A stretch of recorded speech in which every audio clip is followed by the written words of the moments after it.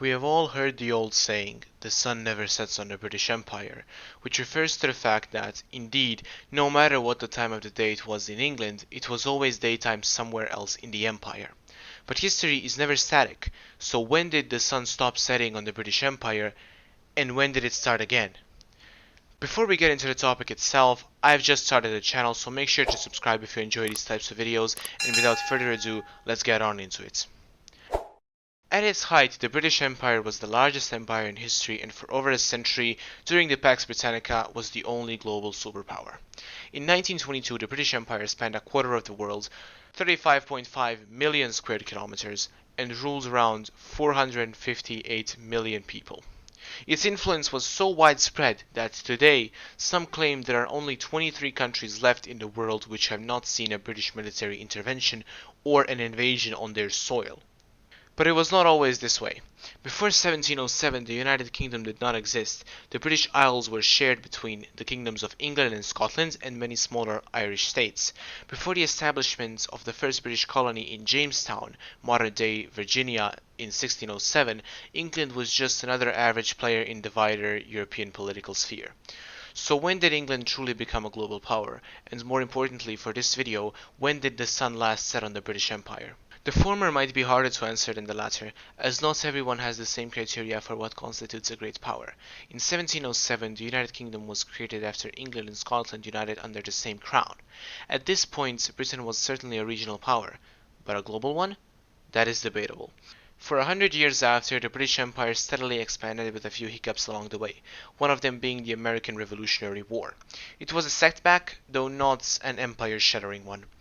In 1815, the Napoleonic Wars ended in a final victory of the coalitions, which Britain was a member of.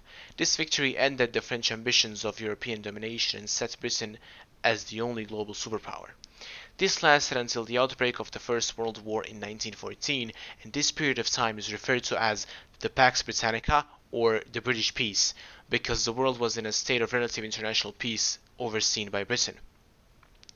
So is 1815 the time when the sun stopped setting on the British Empire? Not exactly.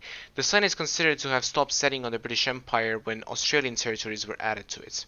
When did this happen? Around 1788, when Captain Arthur Phillip landed in Australia with 11 vessels, claiming it for Britain. Why do I say around 1778? Because colonial claims can get a bit ambiguous. See, during the age of discovery and colonization, colonizers did not often brag about the new lands they had discovered. They preferred keeping them a secret. After all, why invite more competition? This is why it was common for one landmass to be claimed by 2 or even 3 different empires at the same time, and sometimes they did not even realize they claimed the same land. Even if a territory was only claimed by a single empire at a time, a lot of the time it was just that, a claim. An explorer planting a few flags on the beach, selling a gun or two to the natives, maybe fighting them, and then returning to their country of origin. Even if there were permanent European settlements on these territories, the lands were still primarily populated by natives who lived there for centuries. Does that count as a nation controlling or owning the territory? I'll let you be the judge.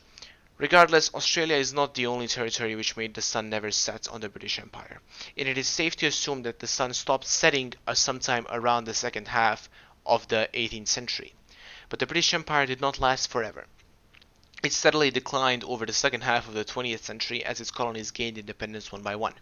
In 1997, the UK peacefully handed over Hong Kong to the Chinese government, officially ending the British Empire.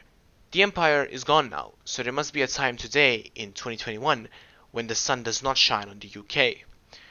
Well, actually no, the sun still does not set on the United Kingdom. Even though the British Empire no longer exists, the UK still owns the most overseas territories out of any other country in the world, spread out just enough so that the sun still does not set on the United Kingdom. These territories include Anguilla, Bermuda, Gibraltar, Montserrat, Henderson, Pitcairn, the British Virgin Islands, the Cayman Islands, the Falkland Islands, Duchy and Oeno Islands, St. Helena, South Georgia and South Sandwich Islands, the Turks and Caicos Islands, the British Antarctic Territory, the British Indian Ocean Territory, and the Akrotiri and Dhekelia, located in Cyprus. The torch is carried by the Pitcairn Island, on whom the almost 250-year-old streak of British daylight rests. See, The Pitcairn Island is a weak link. Every day before midnight, the sun is down on most British territories excluding the Cayman Islands. At around midnight, the sun sets on the aforementioned Cayman Islands, and only in another hour will the sun rise on the British Indian Ocean territory. During that crucial hour, the torch is carried by the Pitcairn Island, the least populous national jurisdiction in the world. If it wasn't for this small island with a population of 67 inhabitants, the sun would ultimately set on the British Empire.